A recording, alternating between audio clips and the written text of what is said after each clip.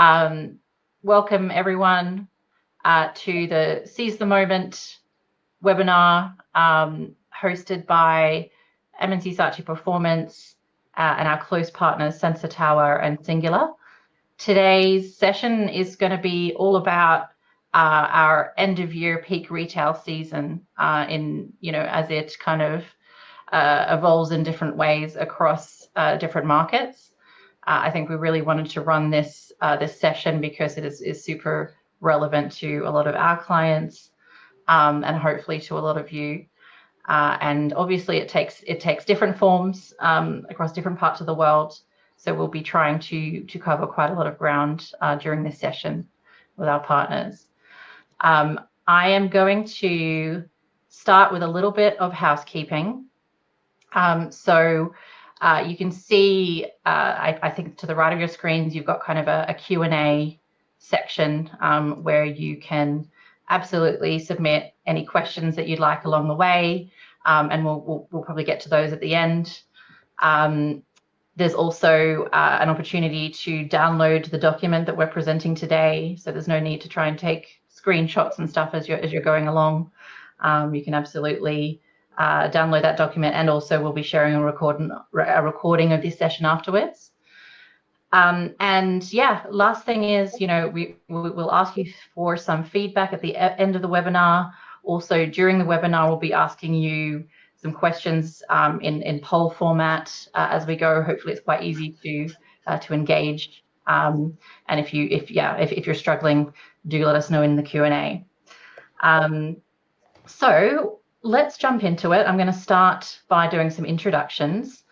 So I'll start with myself. My name is Bobbie. I am based in Sydney in Australia, but I'm Global Planning Director at M+C Saatchi Performance.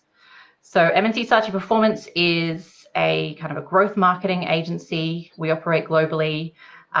We have a very strong mobile marketing heritage, but over time, we've really broadened to cover the full scope of performance omni-channel marketing. And we've been around since 2006, and we are, during, the time that we have been spending in the APAC, the US markets, European markets over the past, 10 plus years, we've been working very closely with some partners, including SensorTower and including Singular.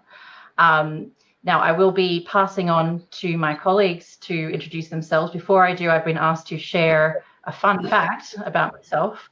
I don't know how fun it is, but perhaps somewhat unexpected.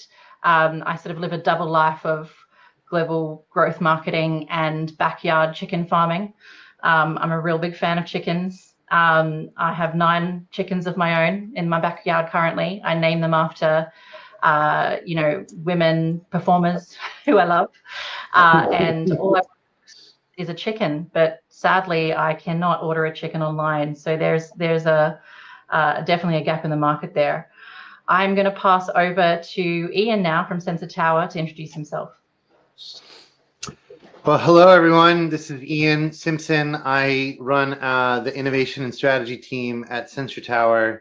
I am dialing in from Los Angeles to take part in this today, where it is, I won't tell you what time it is, but I'm happy to be able to meet you all. If you are not familiar with SensorTower, you may be familiar with one of our subsidiaries, which used to be called Data AI. We acquired them a year ago. SensorTower is a company that tracks tons of data around the digital economy around the globe. We have products focusing on mobile app insights, on digital advertising insights, digital audience insights, and a few others, gaming insights. There are a number of different products that we have that allow you to see into the world of either gaming or advertising or mobile apps, or a few others. We recently launched our digital advertising platform in the Indian market. And so I'm excited to say that we now serve Indian clients, and we also deliver data on what's happening within India. And so it's really a tremendous wealth of information about what's happening globally in the advertising space. My fun fact, I'll say I have had a pretty varied career over a long period of time. I've worked in some really cool places, and one of them I spent 2 years working in the Pentagon in Washington, D.C., and a few other places around D.C., but specifically the Pentagon, so I can tell you what happens in those halls, even what happens in that big area right in the middle that you always see from space. That's my fun fact. Amazing. Pentagon beats chickens for sure. I'm going to pass over to Steph now to introduce herself in singular. Thanks so much, Bobbie. Hi, everybody. I'm Steph, and I am the CMO at Singular. I'm calling in from Berlin, and I see a friend of mine on the call, Monique, is also calling from Berlin. So hi, Monique. A little bit about Singular for those of you who don't know. So we are the only end-to-end data measurement platform that's able to unify all of your marketing data so that you can really uncover your true ROI. If you combine all of your campaign data with all of your channel data and all that cross-device attribution, we're able to turn that into actual actionable insights. So what that means really is we're connecting with basically every ad network, every channel out there, and doing all the attribution and measuring all of the down funnel information from your app users. So we today work with thousands of marketers around the world to do this. A fun fact about me is that I'm obsessed with swimming, with snorkeling, and with diving. And I'm actually an advanced diver. And I think as of now, I've done about 150 dives. And I plan on going to Egypt in October, hopefully to do at least a dozen more. Well, I'll fun fact with you then. I got my dive license originally in the Sinai Desert on the Red Sea. Amazing. Wow, fun fact, I'm terrified of diving, so respect. Right, so let's move on to what we're going to be talking about today. So we're going to start with talking about behaviors and the particular end of year occasions or festivals that are relevant here.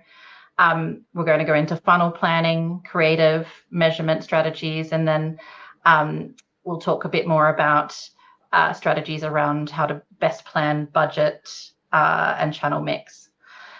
So what we'd like to do before we get started into the content is begin with a poll, because we're really interested to understand from you all here as marketers and for the brands and et cetera that you work on, when do you ideally start planning for the festive season in Q4?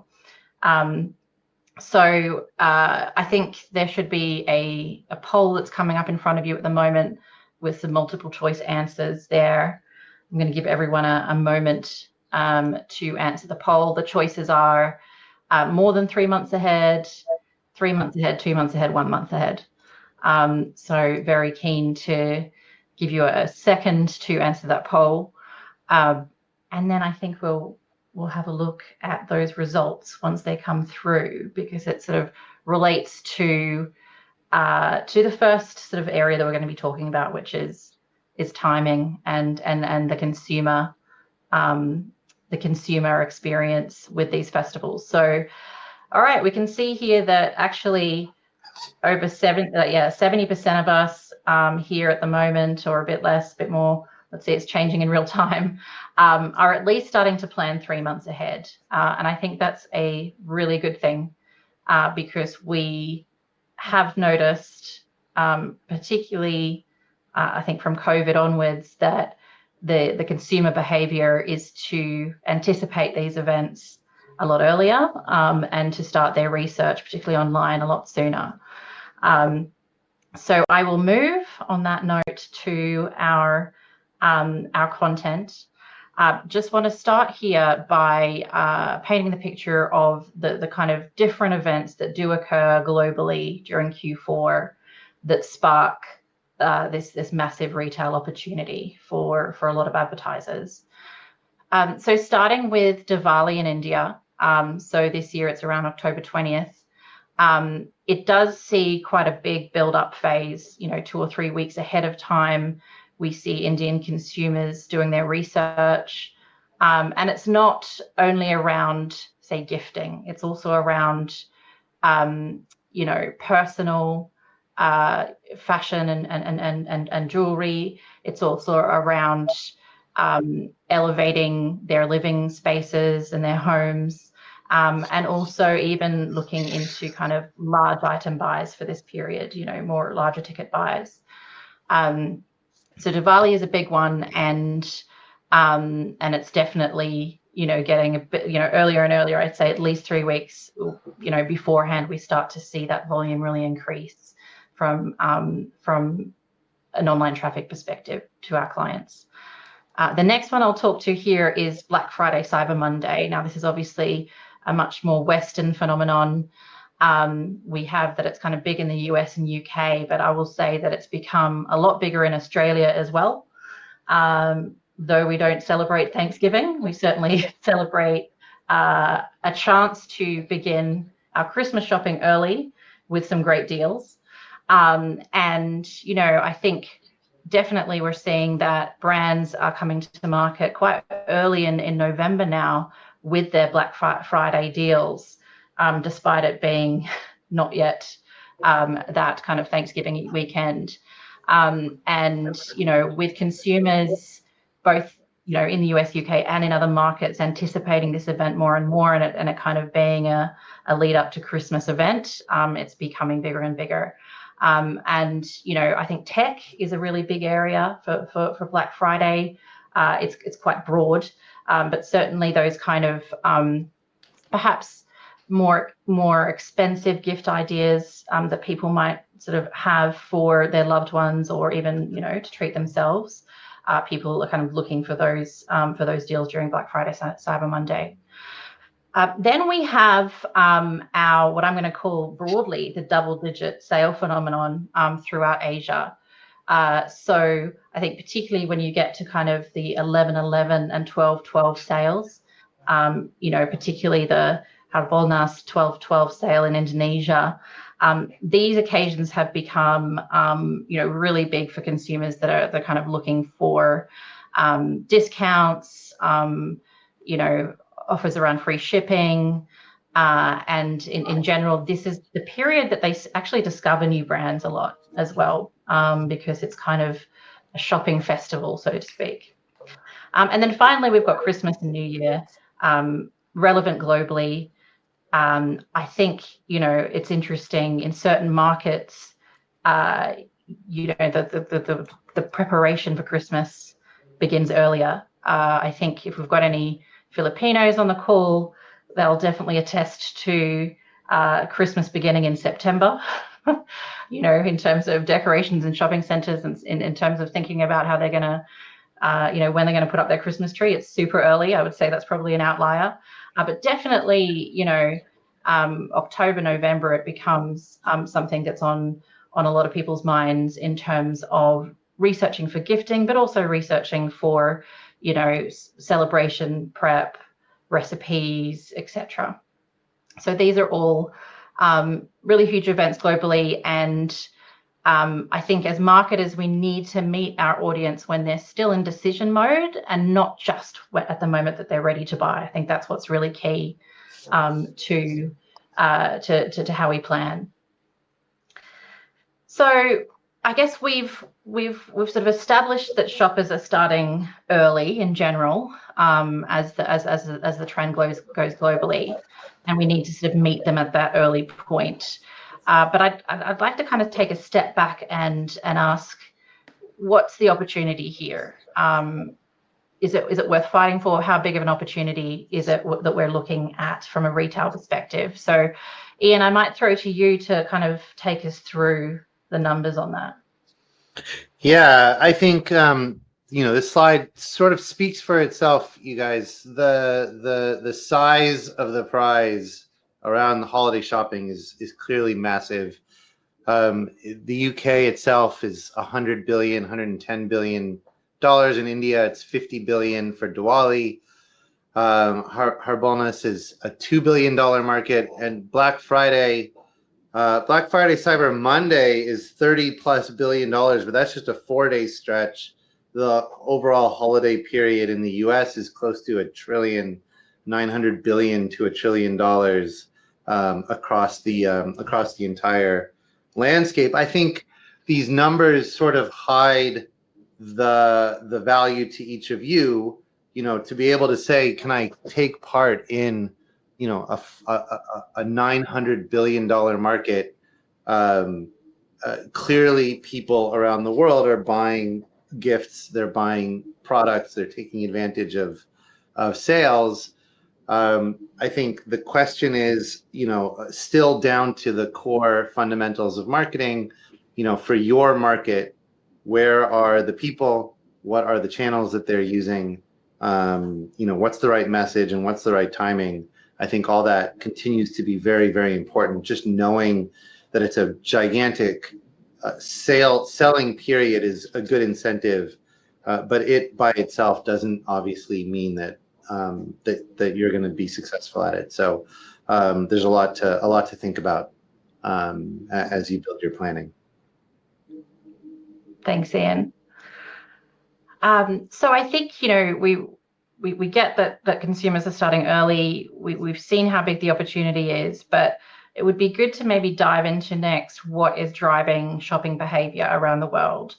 And I know that we're talking about a lot of different Q4 events here, but Steph, I might throw to you to see what the kind of common threads are that are tying shoppers together during these festival moments.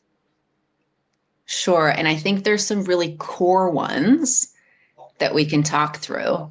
Now, I'm coming from not just myself as a marketer, but also as a shopper, which I'm sure many of you watching this are as well.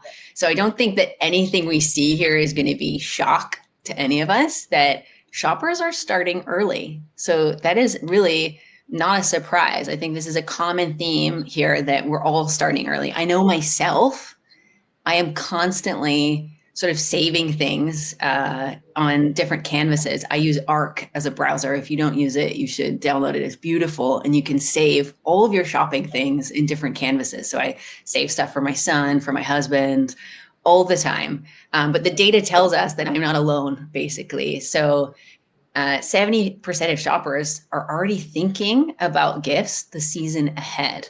So this is huge. The UK and France, they're not far behind that US number.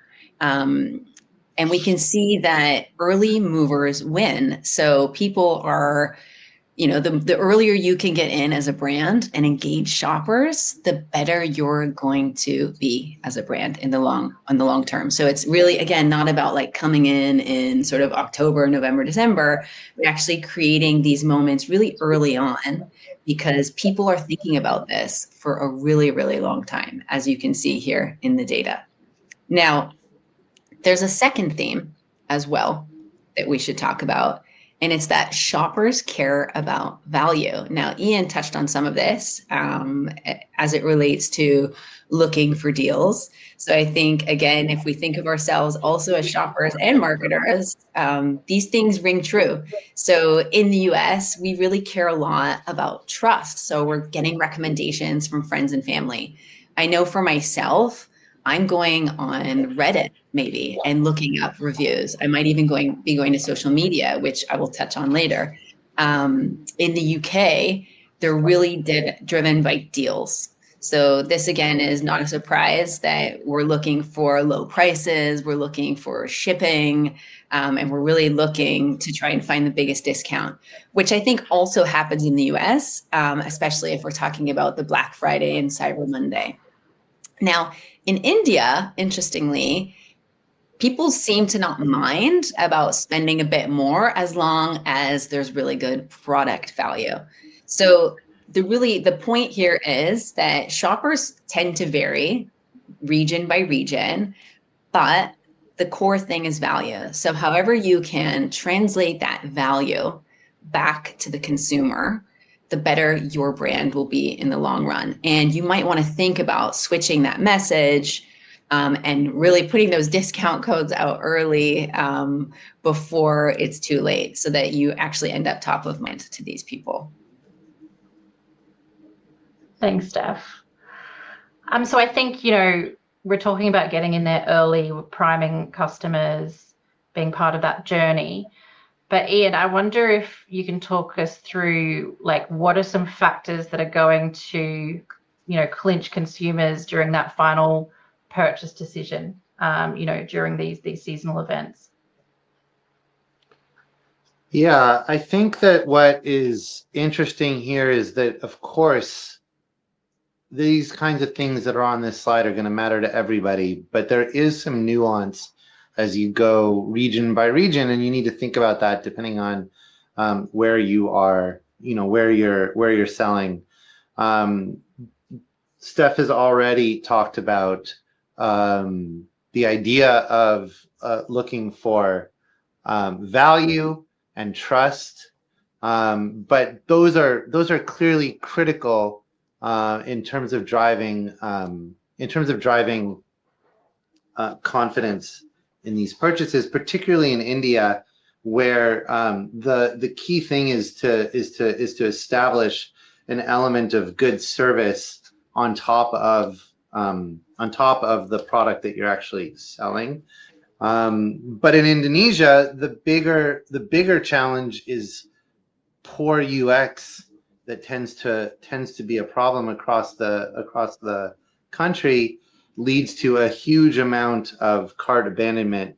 And for many of you, that's not on you, right? Like if you're selling a product through a retailer in one form or another, you don't have control over the whole sales process. You're just trying to push your product. So you need to know what the sales experience is on the key places where you are selling your product, to know if you need to do something to sort of augment that in any way possible to get someone over the finish line, to actually get to the end of that experience and push go.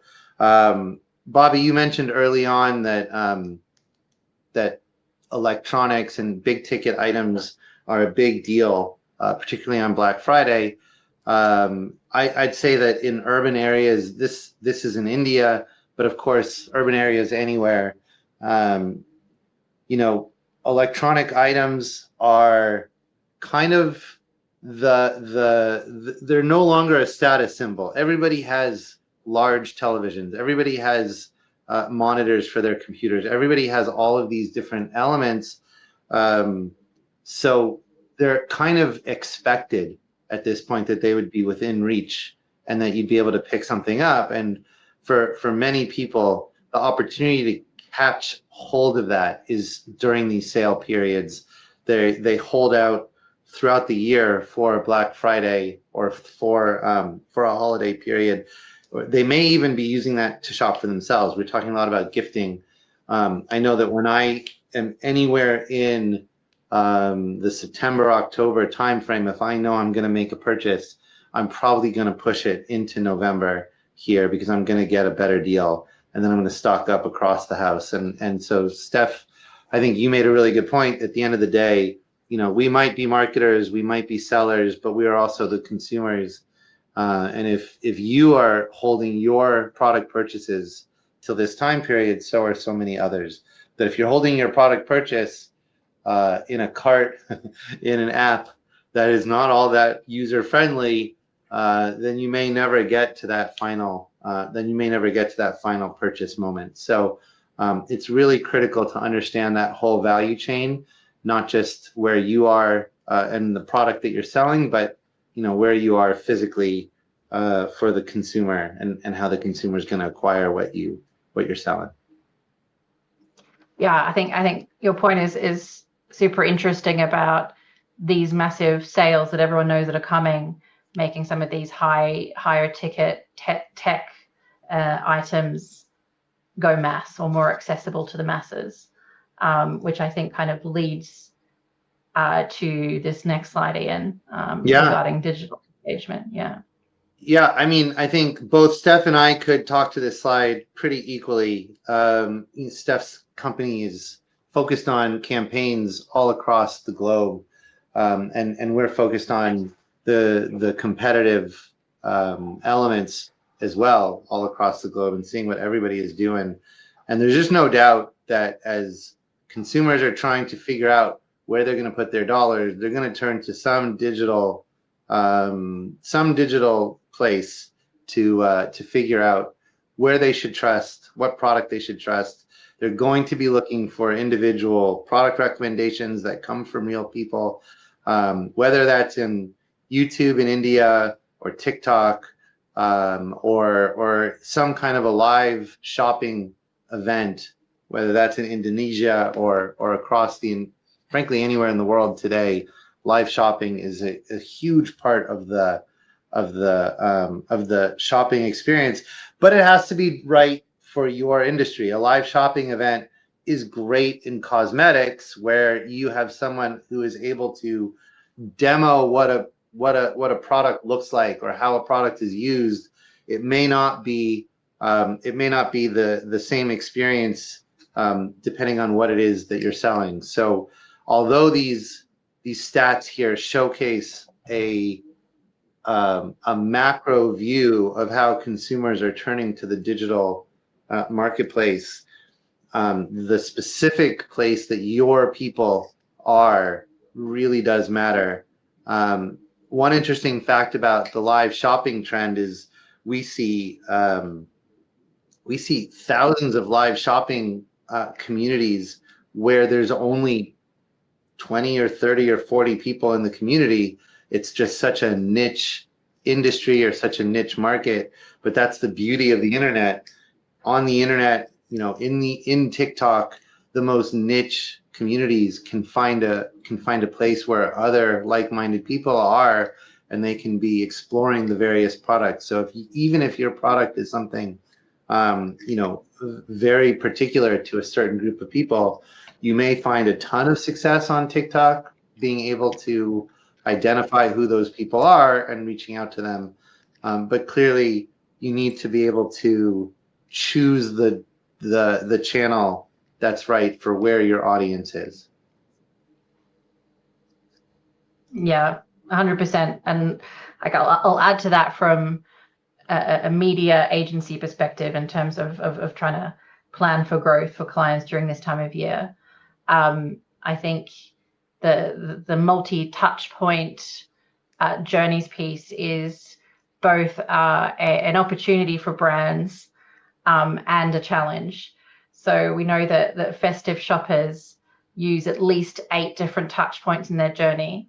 So whether that is, they're searching on their PC, they're checking out the brand through their kind of social content on their phones, they're adding, shopping lists on whatever device.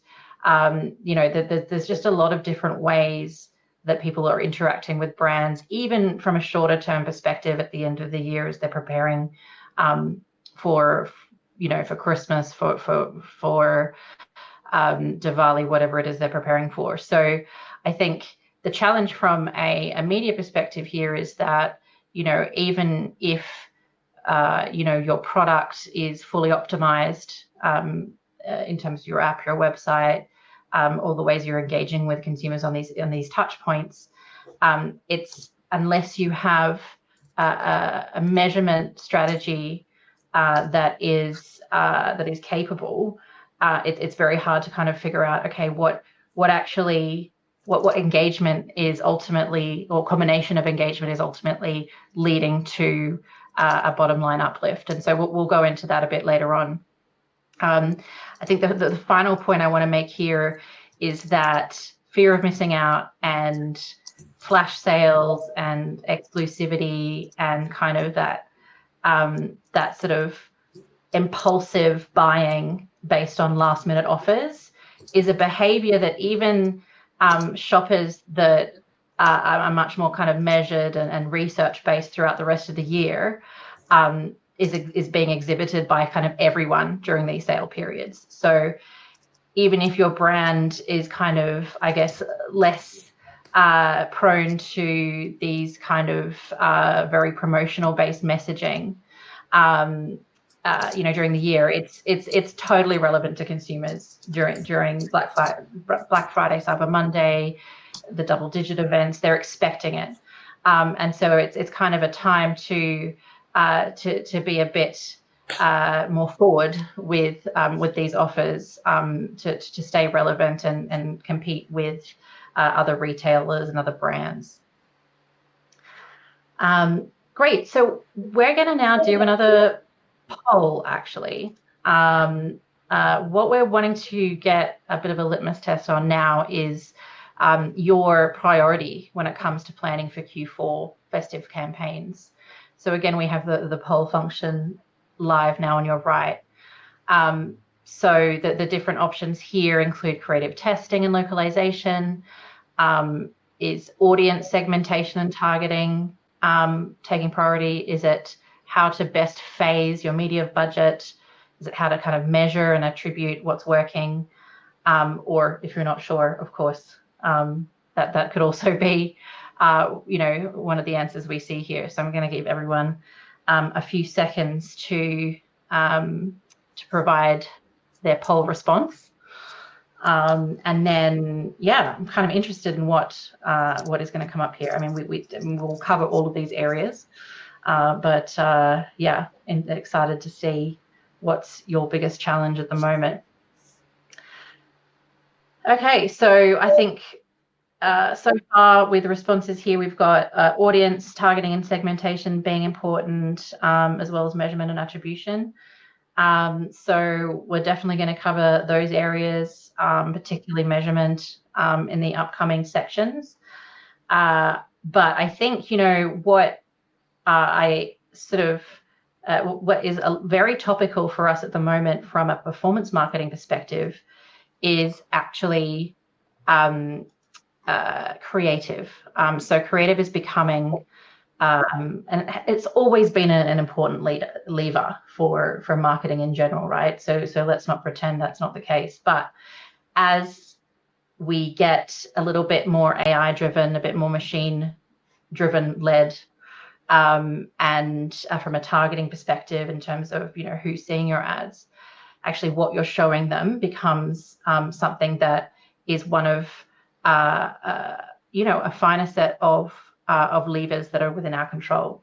And so we're going to go through creative as a lever for Q4 performance next. I'm going to throw to Steph here. I'd love to get your point of view, Steph, in terms of what you've seen work in terms of optimization approaches, formats, and also measurement, from a creative measurement perspective over a shorter period, what you feel that the right approach is. So over to you, Steph.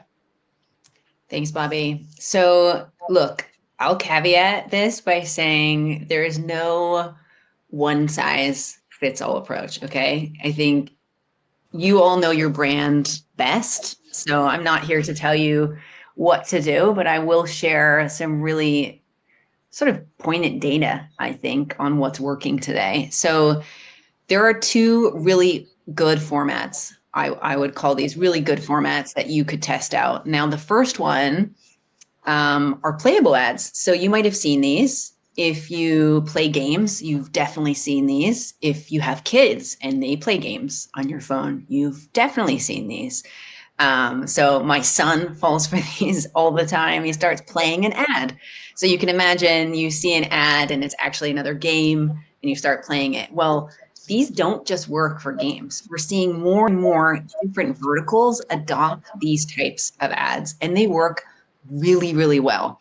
You could think of it like you're already creating a gate before someone downloads your app that they already like it, because they've already got to know your app. They're getting into the mechanics. It's very tactile. So by the time they've downloaded your app, you'll actually probably have more ROI from this user. You'll have a higher LTV from this user. You're going to want to watch out for some things about these ads because they tend to have quite a high CTR, because people are naturally, maybe accidentally clicking through to the app store. So you might have inflated numbers on CTR, but the bottom line is that they will deliver really valuable users to you because you've sort of pre-tested these users with these ads. Another one, which is probably no surprise, given all of you, I'm sure, are on social media, and what we talked about previously on how sort of consumers, myself included, are looking for products. So I think user behavior has drastically changed. We could say not just in the last decade, but the last sort of, let's call it 5 years. We are looking online. We are looking in social media for products. I think it's something like 86% of consumers trust a brand if they see UGC videos. Isn't that crazy? So it tells us that we actually need to create UGC videos for our brand. I got this stat from MadFest in London, which is a humongous conference for brands all over the world, creative agencies. And UGC was a really hot topic there. I think it was in July that I was there. So this is a fresh piece of information. So 86% of consumers trust a brand when they have UGC videos. And that's because they're going onto TikTok, as we just looked at. So they go onto TikTok and search for a brand. They're going onto Reddit. They're going onto Instagram. So they're searching for your brand before you even know that they have some buyer intent. So they're going to be doing a lot of research online. And these work incredibly well. It's about being authentic though. So please don't make it overly scripted. It needs to be authentic. It's even better if you have real users who are making these videos and we see that the performance is fantastic. So these are two different formats that I would highly recommend testing out and testing early. Now, I know we talked about like on the poll, everyone's talking about measurements. So I'm glad we're going to move there, but I really think that creative can make or break what you're doing. And I keep saying this, I'm saying this, I think on every webinar that I'm talking on. Creative is like the only lever that you have left as a marketer, because you can have all the money in the world. You could have all the channels you're working on, but if you're not grabbing attention in the right moment, you're hooped. You will never, ever get the installs. You will never get the return on your investment. So it's really important that you think about that creative in the moment. So that leads us to, how do we actually measure ROI at the creative level? Which might sound funny because maybe you're not doing that today, but it is really important to be able to do that, because then you can iterate on what's working. So I have an easy 3-step process on how to measure ROI at the creative level. The first one is you're going to want to make sure that you're able to pull all of your creative assets. And I don't just mean the actual, let's say, video itself or the image. You want to be able to get the copy. You want to be able to get where it's been placed. You want to know which ad network it's been running on. So you want to make sure that everything has been tagged properly. You've probably heard this adage lately, especially as it relates to AI and other things, that it's kind of garbage in, garbage out. So if you haven't done the work up front to make sure that you've tagged everything correctly, you're not going to have the better results on the other side. So naming conventions are really, really important.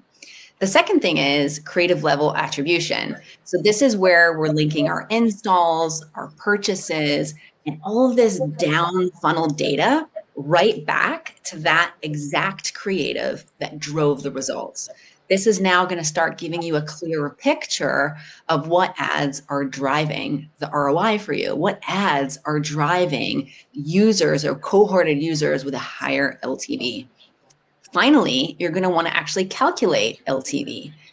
This is where you're going to combine the spend that you've done for those ads, all the money that you've made from those users, and all that engagement data. And when you combine all of this together, you're not just going to be optimizing for those short-term wins. It's going to give you a really clear, longer view picture of what works.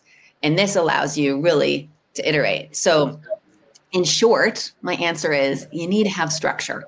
So if you build the right foundation with the right tagging and you have the right attribution in place, you will be able to have really solid ROI and LTV measurement. Now, I would be remiss if I did not mention a product that we launched last quarter called Creative IQ. So this is something that we at Singular launched last quarter.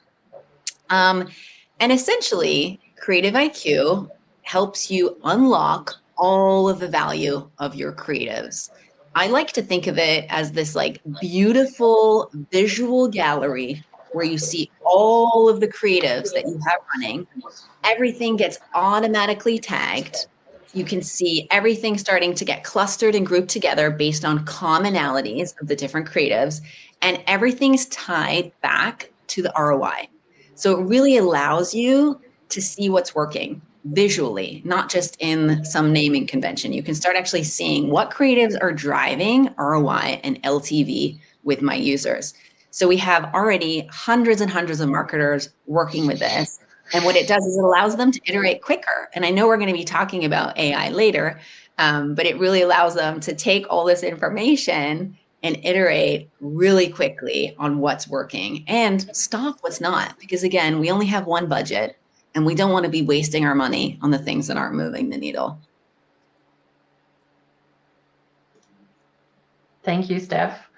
I think, really interesting to see how you're using AI from a creative perspective, creative analytics perspective. And, I thought we could also talk about the other thing one of the many other things that we're using as an industry AI for to kind of elevate, and that would be measurement. So I think, a lot of what we've been talking about has been attribution and making sure that we are picking apart creative elements that are driving bottom line results, but per attributed data. And I think the challenge that we have as marketers, particularly where we see these times of high seasonality, is separating overall business results with kind of attributed results. So the difficulties of the last click attribution piece that we tend to all use. And so what we have been working on is, and I think as an industry as well, is looking at, okay, how do we separate the kind of organic uplift that we see overall during these sales periods with actually what media or paid media has driven independently to that seasonality. And we can do this through advanced analytics. We have a tool called OneView that we do it through. We look at incrementality testing, we look at media mix modeling, we use AI to improve the frequency on it. But essentially what it does is maps out, okay, quite naturally, your consumers are going to be purchasing more during this period, but separating out, like, if the media that we've run, is it actually amplifying that factor? Is it driving incremental results, or is it just kind of riding the wave? And are we actually attributing conversions that might have happened organically already? And so this example here is showing that yes, we had a 40% organic uplift due to this sales event, but we did see a 30% uplift due to our paid media support, even above and beyond this. So then you can kind of see that the total impact of what's happening. And I think, the good news is, in general, when we've done this with a variety of clients, we've been able to kind of model what is the ideal, weekly or monthly spend before you get to a point of diminishing return, both within sales periods and without sales periods, from a media incrementality perspective. And, for this client, which we've anonymized, we sort of found that their optimal weekly spend, during BAU periods was between 45 and 75,000. But within events, we realized we can lift that media investment up to 125,000, and for that investment still to have incremental effects on just what was happening naturally and organically.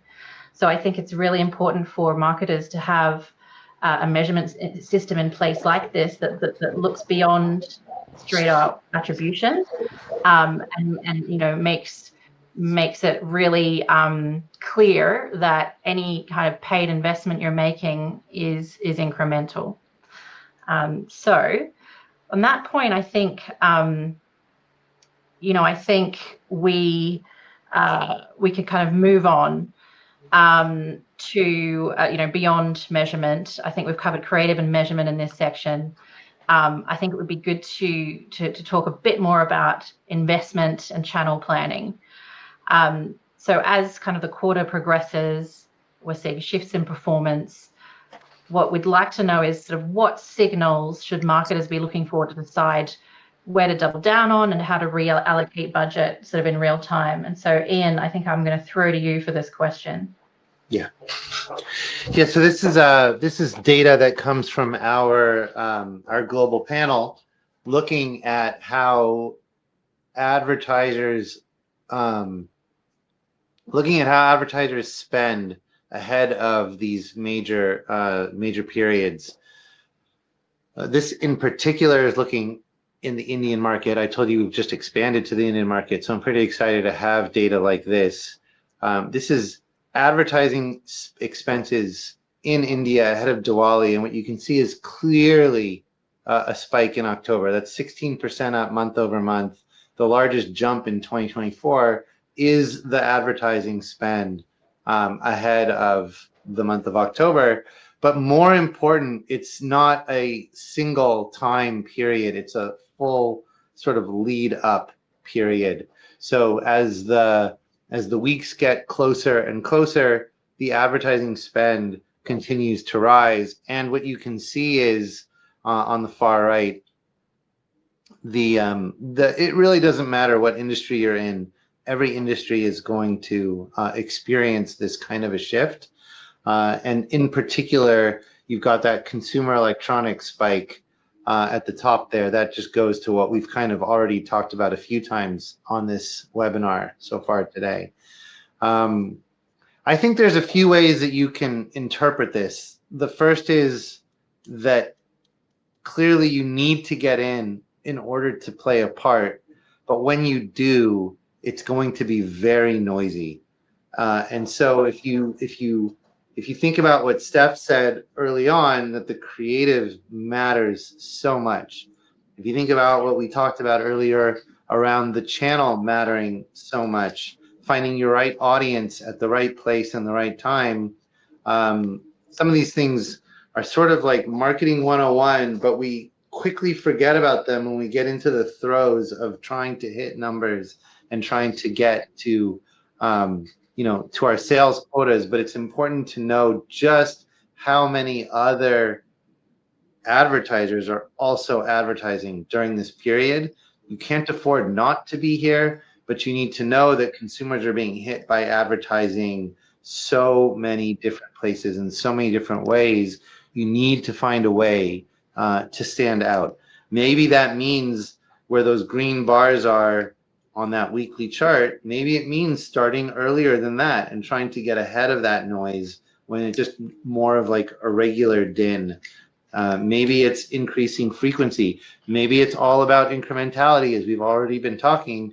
If your goal is to reach new consumers in the moment when they're shopping, incrementality is going to matter a ton.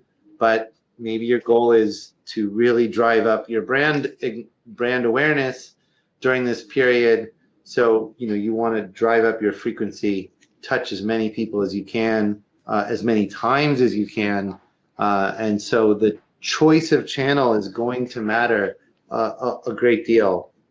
I think we all know, we've all maybe been in that experience where we're on Facebook and we see the same ad 45 times a day. That is a very Facebook-y thing to have happen, but it also works. People see an ad 20 times. Eventually they start to wonder if that's a product that they should be taking advantage of. But the point here is to know that you're not alone, but you still have a job to do, and there's a lot of things you have to take into account to stand out in a period like this. Yeah, absolutely. Thank you, Ian. So I think we're almost to the end here, but it's not a media and marketing webinar without talking about AI specifically, right? I know that we're all using it in different ways, and we have touched on it a bit. You know, I've talked about it very briefly in terms of how we're using AI to improve the kind of measurement that's been happening forever in terms of econometrics, but kind of making it faster and more actionable to media planning. Interested from you guys as to how you're leveraging it. Steph, do you want to start?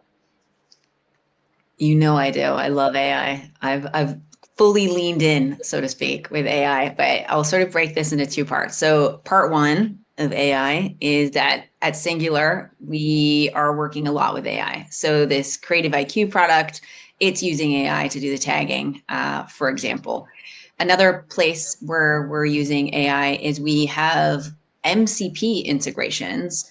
So for those of you who are not familiar with MCP, it is just the LLM speak for an API.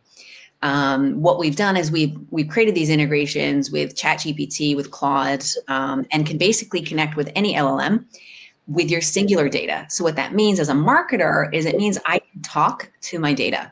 I can go and ask questions of my data, which I cannot do if I'm just looking at it in a dashboard. So it's a really elegant way to get better results and to actually do proper trend analysis without needing to download CSV files or sort of create pivot tables. It's really, really nice. It does it for you. On a personal note, as a marketer, we are doing a ton with AI at the moment. I actually just worked with my team in the last sort of 3 weeks where we've put together, I think this is the sort of starting point I would recommend for anyone looking to do more with AI. We've put together all of our tasks, how long it takes us, and whether or not we think that it's good for automation. So far, we have created, I believe, like 7 different agents that are doing various things for us on the team. And I am obsessed. So I've created 4 on my own, and I just kind of toy around with it in my spare time. So I think the more that we can sort of learn about it, leverage it, play around with it, nerd out with it, the better. That's sort of where I'm at. And I know from a Singular standpoint, it's something that we're leaning in heavily on from a product and innovation point of view.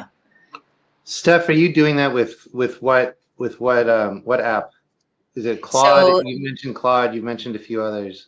Yeah. So personally, I love ChatGPT. That's what I started with, and it's kind of what I've stuck with. But whenever I'm writing a system prompt, it can be used across any LLM. So I've used it in Cassidy, which is a really interesting tool, which starts actually creating different automations. So it's not just about having the agent do a bit of work. It then automates more steps in the process. I've used Zapier or Zapier, depending on how you pronounce that, wherever you are in the world. I've used Claude, I've used ChatGPT, as I've said. So I'm sort of agnostic, but my personal favorite probably will always be ChatGPT, even though they've given me ChatGPT 5, which I'm not so much of a fan of yet. I don't think you have a choice. No, I don't have a choice. No. So from our perspective, we use AI a lot within our product because our goal is to reach insights quickly, and we're delivering tons of data from around the world on basically the activity of every company that's out there. But one of the things that my team is focused on is that I run the innovation team. We are focused on trying to track the usage of different AI, not just AI bots like ChatGPT versus Claude, but different AI applications as they become more and more prevalent in society. I think none of us is going to be surprised if I say that we are living through an adoption curve that is by far the fastest adoption curve that any of us have ever gone through. Steph said she's all in on AI. I think that anyone who's not is already living in the dark ages. It's happening so fast. And from the perspective of everyone on this call, I would say that the thing to pay attention to is how shoppers are going to be shopping with AI.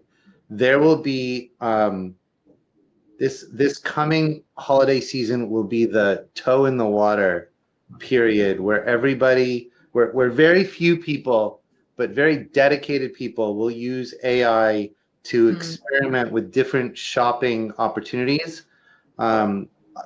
Everything from using Rufus on Amazon, or the chatbot that might be in your favorite retailer, to having ChatGPT go and find specific gifts for specific people that it thinks are the right gift for that person based on profiles you may have created, to whole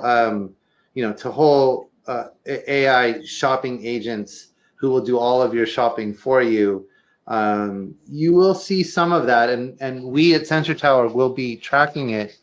But by next year, 2026 shopping season, it's game on. All the lessons learned from 2025, every one of the shopping companies, every one of the retailers, every one of the major players in this, they're going to have taken all of their notes during 2025, and they will be acting on that in 2026.